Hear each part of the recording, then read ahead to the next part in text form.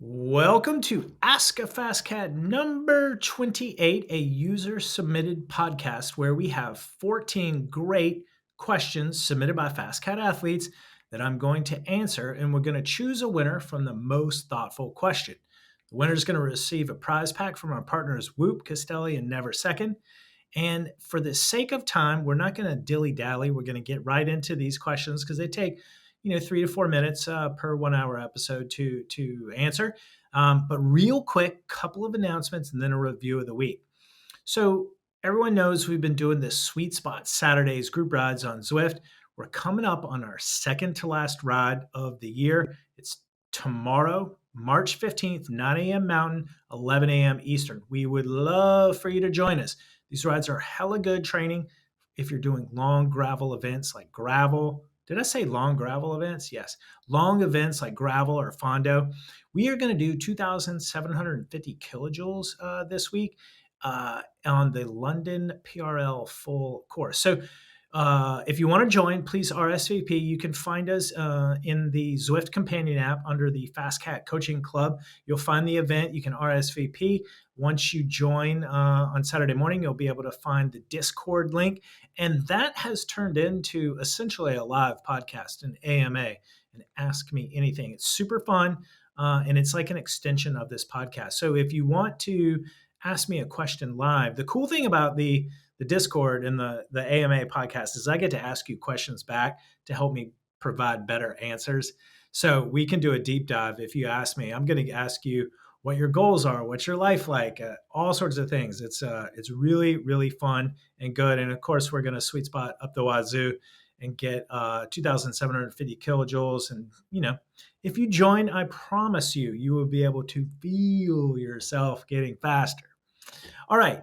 Announcement number 2 is that earlier in this week, we released a big time AI update where you can now build a multi-event custom training plan directly from the CoachCat chat. So for example, if you're competing in the BWR San Diego on April 27th and the Steamboat Gravel on June 28th, you can type that into the chat and out will come a custom training plan with the appropriate amount of sweet spot, gravel training, interval training. It's really amazing. And so previously, you were only able to answer a few questions and only build a custom plan for one A event. Now you can build it for multiple A events across the whole entire season. And then if you have B and C events, you can just ask the CoachCat, to put those in on your calendar. And stay tuned because this is one of the first unlocks of a truly custom training plan designed where you're going to be able to say, I can only train like 1 hour on Thursdays and I have a group ride on Wednesdays, and have the chat put that on your plan around the proper progression and periodization of the various phases. And so for all the AI nerds out there, we did this by training the AI on our training library, which uses our tried and true plans as phases of your training. So you don't have to worry about is it AI generated plan? It's not. It's the ones that I've designed using my 20 years experience. They're battle tested. They flat out work. And what our AI does is it takes those plans, uses them as phases of your training, and you really have to try it yourself. So like last week on the pod, we talked about training load and FTP. We talked about building and then winning, switching from base to race. This custom training plan builder does that because it uses our sweet spot plans 1, 2, 3, and 4 as phases of your training, and then it'll switch you over from base to race when it's time to do the intervals. It's really elegant, and it's a part of CoachCat now. So go to fastcatcoaching.com/app. You can start a free 1-month trial. We'll help you create that custom training plan I just mentioned, and then we'll help you along the way. There's a complimentary coaching call included with a real FasCat coach. You get instant power data analysis. You get unlimited training plan revisions when life punches you in the face, and you get a daily optimized score when it's a morning training to recovery balance score. And it's your opportunity to adjust the training plan every morning based on how you're feeling and how much time you do or you don't have to follow your training plan that day. And listeners, One of the user submitted questions is asking about that. So stay tuned. We're going to get to that later on in the podcast. Now, you can even save 50% when you commit to your training for the year with us. And we think it's an incredible deal. Speaking of which, our review of the week also comes from a CoachCat user by the name of Will McDowell from Northern Ireland.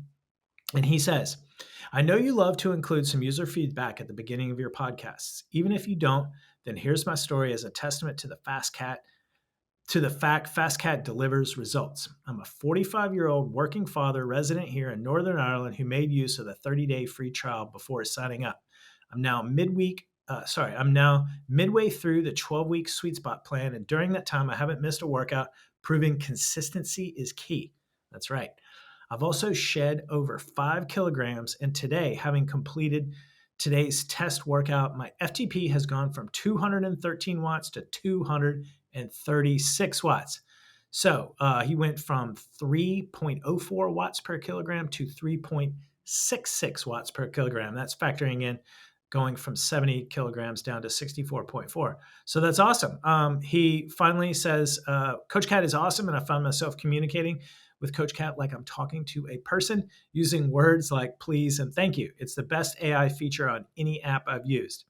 Well, thank you so much, Will. I'd like to read that again for everyone in the back row. It's the best AI feature on any app I've used. Thank you very much. All right. If you want to get a piece of that action, everyone, first month's free. We'll build you a custom plan. You can follow it just like Will. And that does include the weight loss meal plans. And maybe you can go from 3 to 3.6. Will, I do believe 4.0 watt per kilogram FTP is in your future. So keep going. And thanks so much for your fine testimonial. All right, Fast Cats. That's all we got for that. Let's get right into it. So question number 1 comes to us from Taylor Warren. Hey there, Taylor. I recognize you. Going way back to Colorado, Fort Collins cycling team, CSU. But anyway, Taylor says, what's the best way to introduce progressive overload of VO2 max work? Is it better to expand time in zone, assuming time in zone 5 is mostly equal to time at VO2 max, or to keep time in zone the same but increase intensity?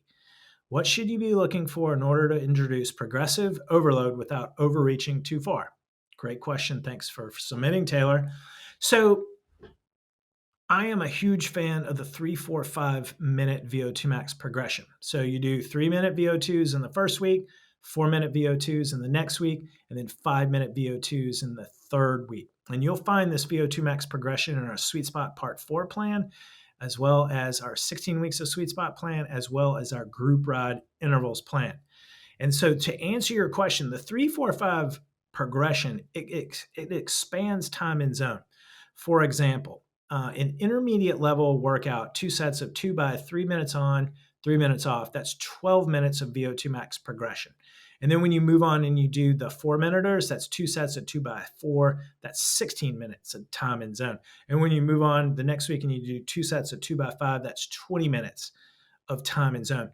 And so as far as increasing intensity, I always have my athletes go as hard as they can, using 105 to 120% of their FTP as zone 5. So I think in order to go harder, you're going to need to shorten the interval to increase that higher intensity. And then you're no longer doing a VO2 max interval. You're getting into like anaerobic capacity work. So I always go for time in zone. And then it doesn't stop with just that. So you can continue the progression with an advanced VO2 max progression using the 3-4-5 technique. And that's just by increasing the number of reps the athlete is to do. So instead of doing 2 reps per set, you can do 2, 3. So 2 sets of 3 by 3 minutes, that's 18 minutes. 2 sets of 3 by 4 minutes, that's 24 minutes. And 2 sets of 3 by 5 is 30 minutes. And in practice, you could start with intermediate mesocycle of the 3-4-5, and then you could take a rest week, and then you could move on and do an advanced mesocycle of the 3-4-5. And that would be 7 weeks, expanding time in zone from 17 minutes in the first week to 30 minutes in the last week. And I do remember doing 2 sets of 3 by 5 minutes. That's a big boy workout. And if you're doing that, you're doing some serious VO2 max training. So my recommendation is for everyone that's been at the buffet line, before biting off the 5 minute, 2 sets of 3 by, start with the 2 sets of 2 by 3 minutes. It's a nice introductory VO2 max workout, and then you can progress each week.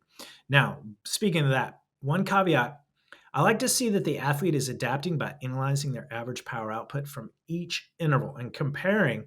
When done properly, athletes are going to be able to average as good a 5 minute power as they did in that first workout, the 3 minute power, because they're adapting, they're recovering, and their VO2 max power actually adapts and gets faster during the week to week progression. If it's not, something is going on, you might not be recovering, so forth. But if you're going as hard as you can, by the third week, your 5 minute intervals should be equal to as hard as you can go 3 minute intervals.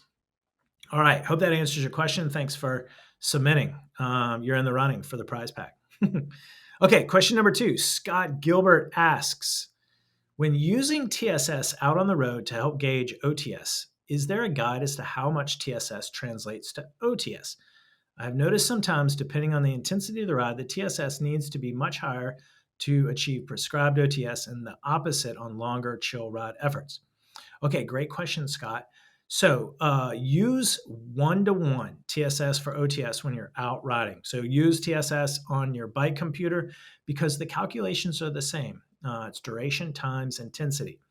And then, so remember, the reason why the OTS is lower is because we do not give you credit for coasting, unlike TSS. And that's why the numbers tend to be lower for the first 2 hours of the ride. One could argue the TSS numbers are too high because you're getting credit while you're not pedaling. And so it's important to remember that the OTS prescriptions are a range, not a set number.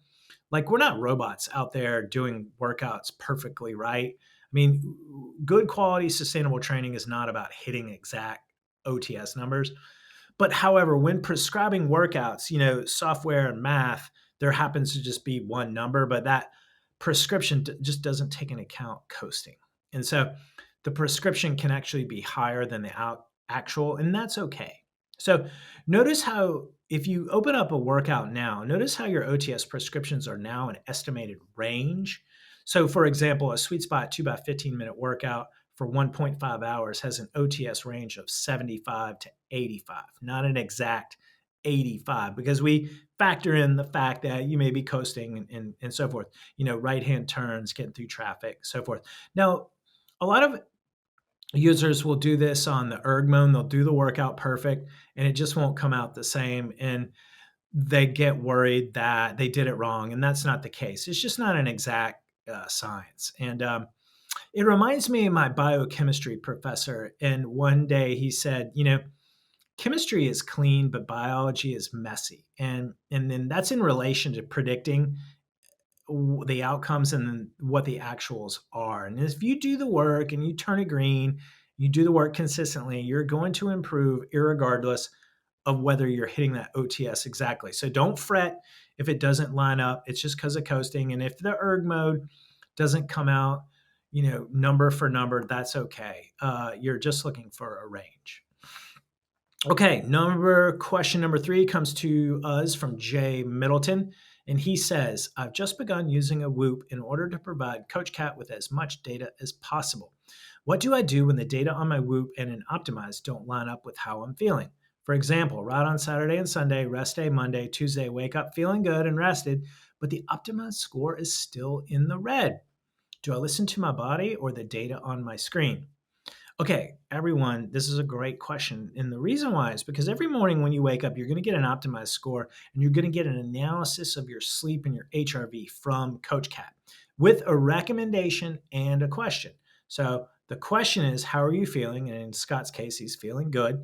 And then he's going to type back, I'm feeling good. And then CoachCat is going to say something like, okay, proceed as planned. And it'll tell you the FTFP. What that does, we override how you're feeling to the data. And what's going on with your data is it just means you just haven't fully recovered all the way. And it brings more information to your training that by Tuesday, the single day recovery day on Monday, did not give you enough time to recover from how much training you did over the weekend. And that's just numbers you can use to try to recover more the next time. And I don't know what your what your sleep and your HRV were, Jay, but it could be that your HRV was depressed, your sleep wasn't quite as good, and you woke up in the red. And guess what, folks? You can still train when you're in the red. It's just we're gathering the data, asking you how you feel, providing a coach for you to answer and ask for advice. And then, by and large, you want to try to keep following your plan unless you're grossly in the red. If you're 180 in the red, fully in the red, we're going to tell you to take the day off. There's no question. But I don't know how far into the red you were, Scott. And if you were further into the red before you went to sleep and then you're more recovered, generally a sign to keep following your plan. And folks, this is the reason why you always ask yourself, how do I feel? And then you try to follow a plan, because your plan is scientifically designed to account for how much recovery you can expect. Then the data validates it, and then how you feel validates that. So you got like 3 things going for you, and just try to keep following that plan 9 times out of 10.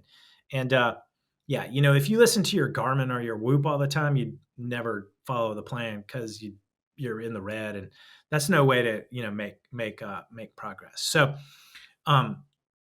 when in doubt, ask CoachCat in the chat. That's what it's there for. It's to consult with you on your recovery metrics and help you make data-driven decisions alongside with how you're feeling. Okay, great question. Number 4, Dave Wall from our Strava Club asks, after an injury that has taken you off the bike for 3 to 4 months, how far will your FTP and heart rate zones change? How long will it take to return to previous fitness levels if you're a 30-plus-year-old racer and grandmaster? Okay. Yes. All right. Injury, 3 to 4 months. So, Dave, heart rate threshold will not change that much, but your FTP will drop significantly. We see this when masters take the winter off and they don't train. Same for injuries. So, for example, an FTP of 250 watts may dip below 200 watts in a 4-month injury. And then the time it takes to get back is roughly a 1-to-1 ratio for the time taken off. So if you take 1 month off, it takes about a 1 month to get you back to the point where you were before you took the time off. It's a 2-month swing, so it's not great. And if you take 4 months, it's going to be like 4 months back. So that's an 8-month swing. Not ideal, but that's just going to give you some numbers. And if you're coming back from an injury, which, does happen from time to time, just use that to be patient and not get frustrated, down on yourself. And, maybe it's your opportunity to do something different in the season. Like instead of racing, just riding for fun or hitting the group rides, or maybe racing, but just choosing different goals to work towards. Okay. Garth Gurley asks a similar question to Scott about the OTS discrepancies. I've noticed many times my OTS on a workout is 10 to 20% lower than what the workout says it should be. This is similar to Scott Gilbert's question. Just remember the prescription is a range and does not take into account coasting. The real data does, and thus that's the discrepancy. So you don't program in the workout builder and the OTS prescriptions just assume 100% pedaling, and that's where we get to this discrepancy. So don't get hung up about OTS not coming back exactly to the prescribed range, even if you did the workout verbatim. We just can't predict how much you're going to coast or what your actual power outputs will be. Now, if you're doing it in the erg mode, most OTS prescriptions match very closely with the outcome, including like the ones for TSS or SP if like you're in Zwift. Okay. Brian Z asks, I have 2 different events I'm training for, a 75-mile gravel race on April 5th and a 21-mile mountain bike state championships on May 17th. How do I incorporate both into my plan? Great question. So, Brian, this is the big multi-event custom plan builder that I was mentioning at the beginning of the podcast announcement. So what you're going to do is you're going to type that into the chat, and CoachCat, you're going to get a custom training plan that's going to be specific for your gravel training first, and then switch you over to cross-country mountain bike training. And so I took the liberty of asking CoachCat what you said, and here is what you're going to get. So CoachCat will follow up with you and say, how many hours a week can you train? and then it's going to give you your training plan. And here's what you're going to get. So you're going to get a 2-phase plan. The first phase being gravel. You're going to do the punchy gravel plan that's designed for shorter climbs. And you're going to do that from March 17th to April 6th. And that plan focuses on preparing you for a 75-mile gravel race with endurance and strength workouts, sweet spot and tempo intervals, race simulations, and even include recovery techniques. The weekend rides, you're going to do gravel simulations, and you'll get also tips on nutrition and hydration. And, obviously it's going to have all the ability to be revised based on what's going on with your body and on your schedule on a per day basis in the chat. Phase 2 is going to switch you over when you get finished with that gravel race. You're going to do the cross country mountain bike intervals training plan. In this phase, it transitions to more of a mountain bike specific training. And that includes anaerobic and VO2 max workouts, focusing on high intensity efforts, short climbs, race specific efforts to prepare you for that 21-mile mountain bike state championship. I would add, though, that do the gravel plan on your gravel bike and then the cross country plan on your mountain bike. Sounds obvious, but these days we have to specify that. And then CoachCat will say, would you like for me to analyze, put that on your calendar? And you'll say yes. And you'll be like, holy guacamole, that's awesome. So listeners, this is the future of training plan design. If you'd like to give it a try, the first month is free, as I was saying. And if you commit to your training for the year, you can save 50%.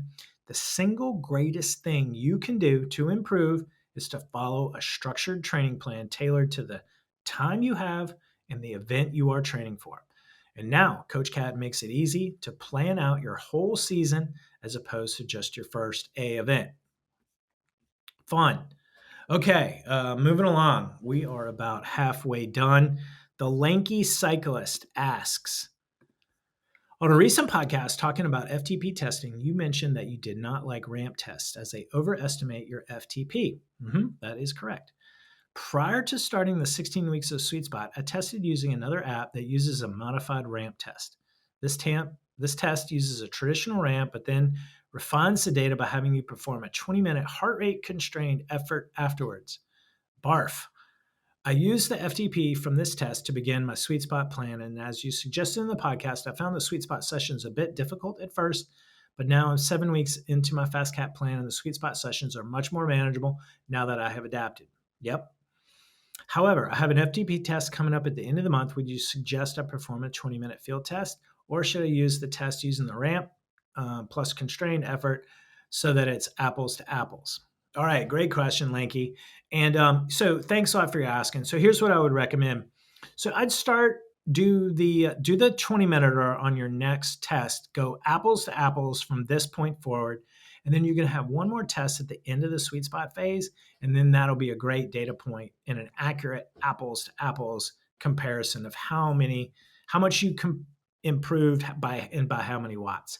And then thereafter, once you start racing and collecting competition data, your 20-minute efforts will be comparable to each other by duration and also by effort.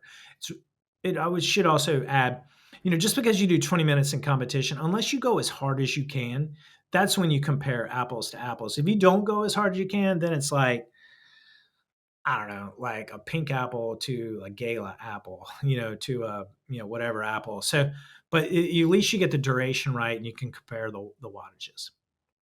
Okay. Michael Nicholson asks, during hard efforts, I sometimes hit a middle wall and back off, only to realize later that I still had more to give physically. What mental strategies or training techniques do you recommend for overriding that instinct, staying engaged, and pushing through the tough moments? Okay, Michael, great question. I'll be honest with you. I like to visualize myself as a cheetah accelerating from 0 to 60 miles an hour in 3 seconds in order to catch my dinner. You think about the primal instinct that's going on there. You're hungry, you gotta eat. That's what cheetahs do. Now, sports psychology circles call this technique visualization. And I would encourage you to use it. But you have to come up with your own visualization. It can be animal imagery. I like to associate anything fast. I mean, it can be a rocket, a sports car, maybe, years ago, I used for climbing, I used to imagine myself on an escalator gliding up the climb. Now, uh, just see what inspires and comes to you. And then, when you're out there doing your hard efforts, yeah, try some animal imagery and see if that gets to you. If that doesn't speak to you, here's a couple more. Longtime loyal podcast listeners will remember a VO2 max interval technique I shared. I can't even remember which episode, but it's basically flapping your arms like a chicken. And it's like this, you got to loosen the death grip from your handlebars. You got to relax your shoulders. You got to breathe instead of going, when you're doing VO2s, and just try to go. You do that and you flap your arms like a chicken and you breathe. You're gonna find yourself and you're gonna be able to get through it. If you can breathe and flap your arms like a chicken in the middle of a VO2 max interval, you're doing it right mentally. And so to circle all the way back, Michael, I'm gonna say why this comes back to your goals. And once you identify why you're doing the VO2 max intervals and what your goals are, now then what you're doing in that moment, and it has a direct impact on you achieving your goals, that is very powerful. So if you're just doing VO2 max intervals to do VO2 max intervals, that is not powerful. That's really difficult. In my periods of life when I didn't have a goal and I was not particularly training, there's no such thing as doing VO2s. It just doesn't compute. But when you have a goal hanging out there that's coming up and you know how well you want to do, and it can be a competition goal, it can be an FTP goal, it can be a Strava segment goal, but that is what your why is. And then that why translates directly to the fact that you're doing hard efforts. And then it's like a mind trickery. Like you can be like, I am doing this because this is my goal and I want to achieve it. And that works every time for me. So those are some techniques: animal imagery, breathing, flapping your arm like a chicken, and just understanding your why. Try it and let us know how you go. Okay. Victor Pesh. Hey, Victor. He says, how important do you think the emotional connection and mentorship are between an athlete and a coach? Something CoachCat or other AI training platforms would be limited in offering. Well, wonderful question, Victor. I think coach-athlete communication is the absolute bedrock of good coaching. And that's why, when you talk to Coach Elliott on the phone or video once a month for that formal 30-minute coaching call, that's like the secret sauce right there. And it's absolutely important. It's the foundation of a good coach-athlete relationship and your success. But the problem with that is it costs more, and so that's why one-on-one coaching is expensive. And you may prefer that, and that's fine. There may be some folks out there, they just can't afford that, and they can have a discussion with CoachCat at any time, on demand, 24/7. It's like a coach in your pocket. And so the answer is yes. I do think the emotional connection that you feel is stronger, and we don't want to take that away, but there are some that have to factor in cost, and that's very important. And interestingly enough, there was a recent study that found an AI coach outperformed human coaching in delivering personalized messages. And this study was conducted with 632 participants, compared text-based chats between an AI coach and a human coach. And over a 10 months period, they looked at a couple of things. One was they showed that both AI and human coaches were significantly effective in helping athletes, and the AI coach performed as good as the human coach. Now, this is what I hear athletes saying all the time, is that they prefer talking to an AI coach over a human coach because they don't feel pressure to please the coach. So it's like having accountability without having to be accountable. So you get like best of the both worlds. So they get an instant answer. They have someone and a goal that they have to report to, but at the same time, they can be just like, forget about it. And, they don't, it's like, it's an AI bot and you can move on. And so you don't have to have that societal pressure or just that, that pressure that to please your coach. And so if you're a coach pleaser, which a lot of athletes are, and they report back, they love that accountability. With an AI coach, you get accountability, but at the same time, you can not have to really worry, about, asking anything you want, anytime you want. And if you want to blow off a workout, you can blow it off a workout, and you don't really have anyone to answer to except yourself, and that's totally cool.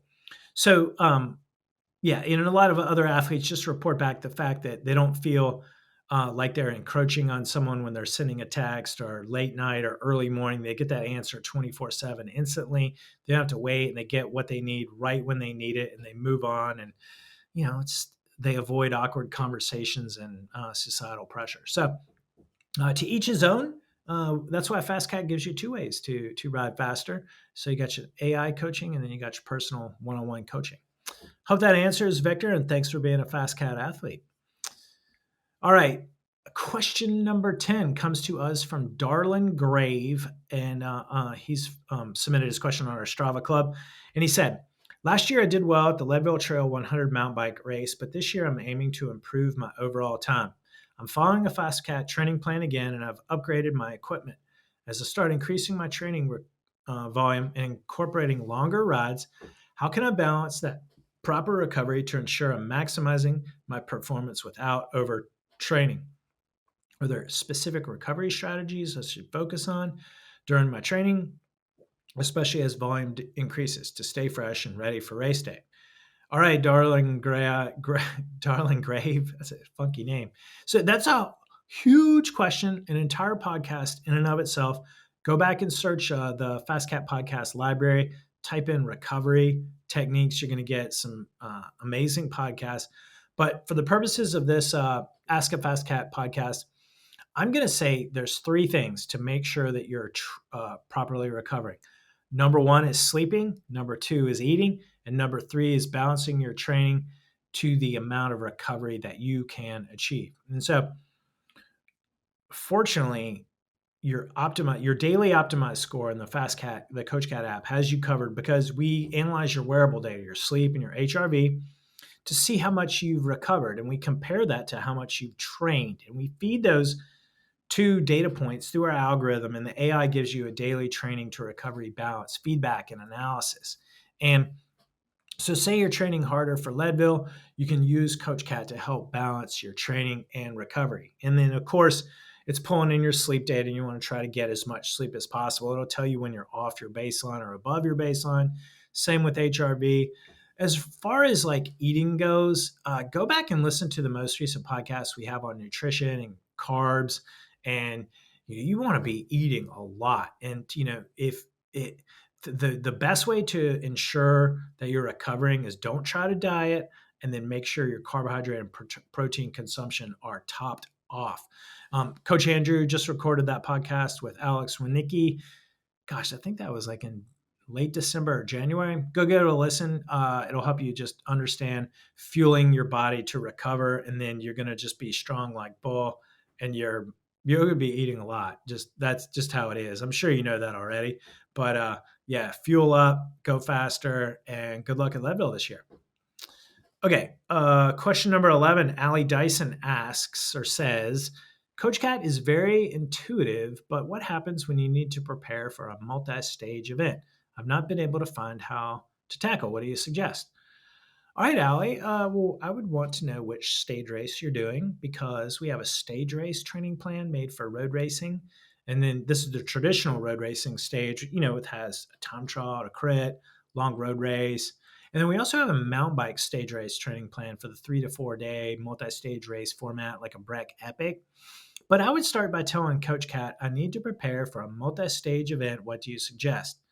And then what CoachCat is going to say, I need dates. And then just for the sake of this answer, let's say your stage race is July 10th through the 13th. CoachCat is also going to need to know what kind of discipline. Is it road? Is it mountain? Is it gravel? Do they have cyclocross stage races? They have 2 days. But anyway, so what you're going to get back, you're going to get like, okay, phase one, do 6 weeks to sweet spot part two, do that for March 17th to April 20th, do part three in a progression from April 21st to June 1st, and then switch over and do our stage race intervals plan from June 2nd to July 10th. And yeah, that's stage race training. A lot of times, stage race training is just doing interval workouts specific to the power demands of which those stages are. It's different with road because you got to do time trial road and crit. With mountain bike, it's easier because you're doing a lot of anaerobic and VO2, maybe some climbing if the event has long climbs. For a gravel stage race, which has the power demands very similar to all the stages, you can do a gravel plan, and then you just got to get ready to, do 2 hard days in a row or more. Okay. Martin Mann asks or says, alarm bells are sounding. I went to Spain 3 weeks ago for a cycling holiday and I had a great time with some awesome riding and a good bump in my training load in OTS, but I also picked up a bug and got really sick. So I'm still fighting a bit of chest stuff, but I'm on the mend. And the problem is I was on track for an A event 6 weeks from now, but my training load has tanked and I've been riding because I've been riding sparingly and easy. And CoachCat has been awesome and super patient with me. But what do you guys think is the best way to get back on form on a condensed build? Normally, I'd be like, whatever, next event, but this one is coming up and it's a qualifier for a future event. Okay, all is not lost, Martin. And what I would do, we're going to do a condensed version. I want to talk about how much you can train because you're going to try to cram a lot into a little. And so I would do a 2 to 3 week sweet spot build to increase your training load at a higher volume than what you're normally what you normally do. So if you're a 4 to 8 hour a week trainer, see if you can do 8 to 12. Do 2 to 3 weeks of that sweet spot. It's going to increase your your ramp rate, and it's going to build your training load more. Take a rest week, and then switch over to a race-specific intervals plan. So it's about half and half, 50% of base build to get you back, but you still need to do the intervals no matter what. And then so it's a little mini condensed build, switch to base to race intervals. And that's going to be your best bet. If you can get in some racing in there, that would be great too. Just increasing your overall training volume as well. So hope that helps and have fun. Okay. Nikki Reed asks about HRV, and she says, good day, FasCatters. I listened to the podcast about HRV and I found it very helpful. In fact, I listened to it several times and I used all that great information to improve my HRV, and I was stoked. The improvement took a few months, but then I got injured and within weeks, my HRV fell through the floor. I see that this may be more of an observation than a question, but FasCatters, why does HRV take forever to get to go up, but in a quarter of the time, it goes back down? Grr. Okay, great question, Nikki. And when I read it, I was like, yeah, you got a point there. So I did a little research and I asked CoachCat, and here's what CoachCat said. Great question. HRV, heart rate variability, reflects your autonomic nervous system's balance between its stress and recovery. And here's why it behaves this way. The stress response is fast when you're under physical and mental stress, poor training, poor sleep, life stress. Your body activates the sympathetic nervous system, the fight or flight, and this quickly lowers HRV as your body prioritizes immediate energy and alertness. In the recovery time, increasing HRV requires activating the parasympathetic nervous system, that's your rest and digest. And this process is slower because it involves repairing tissues, replenishing glycogen, restoring hormonal balances, getting consistent sleep and nutrition and recovery practices. And that takes much longer than just that fight or flight. And so CoachCat goes on to say, think of HRV like a bank account. With withdrawals are the stress, they're quick, but the deposits or the recovery take time to accumulate. And keep focusing on good sleep, nutrition, and managing training load to gradually improve your HRV. And then that's pretty damn good. And so that's the portion of the podcast where I say my boy is wicked smart after Goodwill Hunting. for all of you fans out there. And yeah, if you have a question like that, ask CoachCat. We say that all the time in customer service. We get all these questions, amazing questions every day. And if you want an answer and you don't want to wait for us, just type in what you got in the chat. You're going to get back an answer that is trained on sports science, nutrition, all the latest exercise physiology knowledge, and it's also trained on everything we've ever said in our podcasts, YouTube videos, blog posts.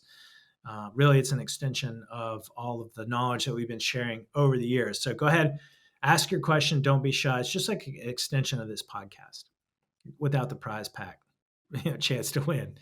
Okay, last question. Alex Catron asks, and he says, the most recent pod on training load was great, very informative, engaging, but now I think my training load is too low. I'm 57. I'm doing the 6 weeks to cyclocross plan. And this is my first cyclocross series coming up. And in case you're wondering, I live in Australia. Thank you. I gathered that being in the Southern Hemisphere.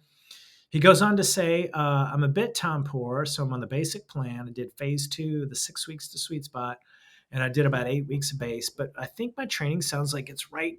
It's just low. It's 48 as of today, and it feels like it should be higher. Should it? Okay, Alex, great question. And first of all, thank you for listening to that podcast. The thing about cyclocross, it's a different use case than I covered in that podcast, because once you start racing in cyclocross, there's so much recovery placed on the high demands. Your training load generally declines throughout the whole entire season. So the training load strategy for cyclocross is to bring your training load up as high as it can be before the race season starts and just hang on and let it just do a gradual decline. And so the way we do that is with a cyclocross sweet spot training phase all summer, ride as much as you possibly can. And then you switch over to the 6 weeks till cyclocross training plan. That's where you do your anaerobic work, your skills work. And at that point, just stop paying attention to training load. I've had my best cyclocross seasons where after I finish the build in the summer, I just forget about training load the rest of the season. Like recovery trumps training load so much. It's almost like the model doesn't even work anymore. And so when cyclocross, you just got to be super fresh. So yeah, I mean, that's how I would think about it. So I don't think 48 is too low as of today. You still got, I'm not sure how much time you have till the season. It says coming up, but I would just drive your CTL or your training load up as much as you can now. Have a plan where you switch from base to race and do your 6 weeks to cyclocross. And then that's the name of the game. That's going to net you your best cyclocross season ever. All right. Well, that is 42 user submitted questions. I'm trying to think of the best answer here. I'm sorry, the best question, the most thoughtful question. If you are listening out there and you want to write in to us or what you think the most thoughtful question is, let us know. This is going to be a rolling episode. So I kind of jumped the gun, and I said the chance to submit your questions was Friday, March 14th, but today it's Thursday, March 13th. I wanted to get this out there because I saw so many questions coming in. I knew we couldn't cover them all in one podcast. So keep them coming. We're going to keep putting them in an organized format. We're going to keep answering them. And next week, I'm going to podcast with Phil Gaiman, FasCat athlete for the past 10 years. Can you believe it? Phil's going to tell us what he's training for. And he's also going to talk about how he's using CoachCat for his training and, how I'm helping him augment that. So it should be a great episode. We're going to keep circling back to your Ask a FasCat questions in the next episode. And so keep them coming. And thanks so much for listening. I am still on the fence with this most thoughtful question. And listeners, I feel like I need more time. I tell you what, because we have more questions coming in and I jumped the gun, we're going to record one more episode and then we're going to pick a winner from there. I will tell you what, the questions I like the most in this episode, I like Taylor's VO2 max question because I'm a 345 VO2 max progression nerd. I like Victor, your question about the coach athlete relationship. They're all good. I liked Garth's question about training more for Leadville. So keep them coming. Just remember, don't send a question in that's specific to you. Make it specific to like what you think a broad number of people are wondering about. And that's how you win. So, listeners, thank you so much for listening. Remember, go to fastcatcoaching.com/app. Get on CoachCat, start that free month. And then, as a reminder, we're group riding tomorrow on Zwift. We also have the Wednesday morning Watts, the early bird sessions at 6:30 a.m. Mountain, 1 hour of power with me. Ask me anything on the Discord. And you know what to do. Work hard, ride fast, have fun. And as always, try to FTFP and remember consistency is also the key. Thanks for listening. Everyone, we'll be back here next week with Phil. Hope you have a great weekend.